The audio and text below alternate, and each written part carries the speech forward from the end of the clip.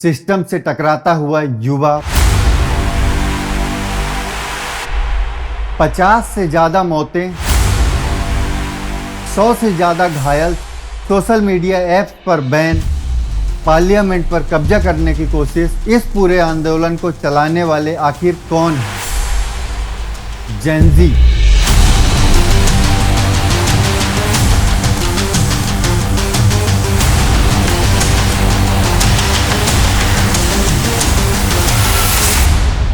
जेन ज़ी वही जनरेशन है जो 1997 से 2012 के बीच में पैदा हुई, जो इंटरनेट, सोशल मीडिया और ग्लोबल सोच के साथ बढ़ी हुई। ये वही युवा हैं जो पुराने सिस्टम पर सवाल पैदा कर रहे हैं और नए नेपाल की मांग कर रहे हैं। बिल्कुल ट्रांसपेरेंट, मॉडर्न नेपाल वो पड़ोसी देश है जो हमेशा से भारत चीन के बीच में अपनी पहचान बनाने की कोशिश करता रहा है। लेकिन अब पॉलिटिकल करप्शन, अनएम्प्लॉयमेंट, महंगाई और डिजिटल सेंसरशिप इशूज यूथ को चुप नहीं रहने दे रहे हैं, जिसने तय किया है कि अब आगे वो नहीं झुकेगा।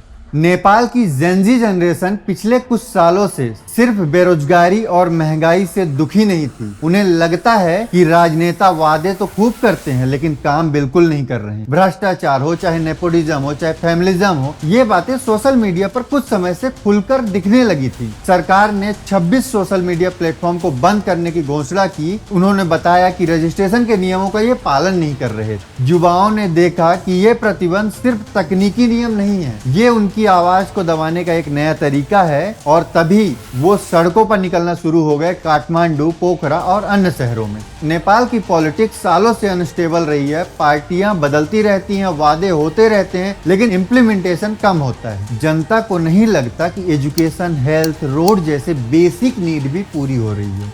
सोशल मीडिया बैन ने सिचुएशन को और गंभीर कर दिया। जब जनता बात ही नहीं कर सकती हो किसी प्लेटफॉर्म पर, तो गुस्से का उठना नेचुरल। युवाओं ने देखा कि विपक्ष दल कमजोर है, राजनीति सिर्फ जाति, परिवार और पैसे की हो गई है, इसलिए कुछ नेता बाहर से उपजे, जैसे सुदन गुरुंग का नाम सामने आया। वो हामी नेपाल नाम की एनजीओ के प्रेसिडेंट हैं, जो पहले राहत कार्यों और अन्य सिविक कार्यक्रमों में जुड़े थे। पत्रकारों के अनुसार उन्होंने पूरी तरह से पॉलिटिकल पार्टीज के ऊपर रहते हुए इस आंदोलन का नेतृत्व देने की कोशिश की, सिर्फ युवाओं की आवाज के जरिए। कुछ रिपोर्ट्स कहती हैं कि सुदन गुरुंग ने छात्रों को निर्देश दिए कि वे स्कूल यूनिफॉर्म्स को पहनकर, किताबों को हाथ में लेकर विरोध को दर्शाएं, ताकि संदेश रहे कि ये सिर्फ प्रदर्शन नहीं बल्कि आवाज है न्याय।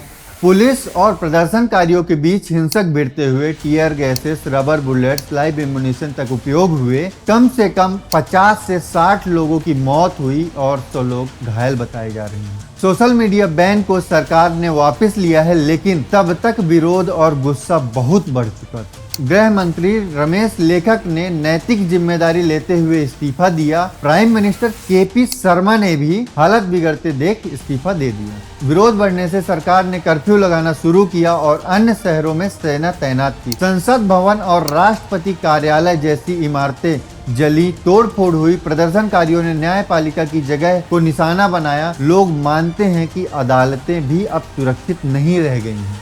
सोशल मीडिया बैन ने युवाओं को और ज्यादा गुस्से में ला दिया है, क्योंकि ये सिर्फ कम्युनिकेशन का टूल नहीं, युवाओं के लिए पहचान, आवाज, नेटवर्किंग, आंदोलन तय करने का तरीका है। बैन हटाया गया पर प्रभाव बचा। लोग महसूस कर रहे हैं कि अगर आज़ादी को सीमित किया जा सकता है तो कल और चीजें भी नियंत्रण में आ सकती हैं। आखिर इसके आगे क्या, इसका भविष्य क्या है? सरकार को अब दिखाना होगा कि केवल इस्तीफा और बैन वापसी से काम नहीं चलेगा। सुधार, पारदर्शिता, न्यायपालिका और मीडिया की आजादी और नौकरियों का वादा पूरा होना जरूरी है। नेतृत्व की लड़ाइयां शुरू हो गई हैं। पूर्व चीफ जस्टिस सुशीला कर्की, काठमांडू के मेयर बलमेन शाह आदि नाम मध्यस्थों की ओर से सामने आ रहे हैं। लेकिन असली बदलाव तभी होगा जब युवा सिर्फ विरोध तक सीमित नहीं रहे, बल्कि नीति निर्माण में भाग ले। सरकार जवाबदेही बढ़े और व्यवस्था में गिरावट की जगह सुधार आए। तो दोस्तों, आप इस आंदोलन से इतना तो समझ ही गए होंगे कि आवाज को दबाना आसान नहीं है। हर जनरेशन का अधिकार है कि वह सिस्टम से सवाल पूछे, जवाब मांगे और बदलाव करे। आप हमें कमेंट के माध्यम से बताइए आपको ये वीडियो कैसा लगा और आपकी इस पूरे आंदोलन के बारे में क्या राय है। मिलते हैं किसी नेक्स्ट वीडियो में। Thank you so much.